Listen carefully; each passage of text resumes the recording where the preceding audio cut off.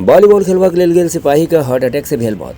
बिहारक दरभंगा जिला में बिहार पुलिस के सिपाही संजीव कुमार के शनि दिन हार्ट अटैक से मृत्यु भ गेल।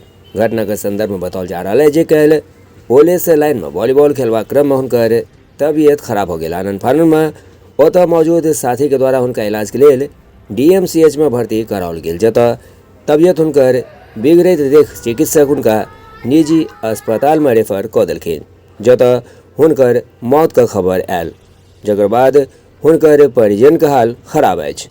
ओतहि घटना के जानकारी भेटलाक बाद मौका पर पहुंचल सदर SDPO की कहलनि आओ सुनै छी।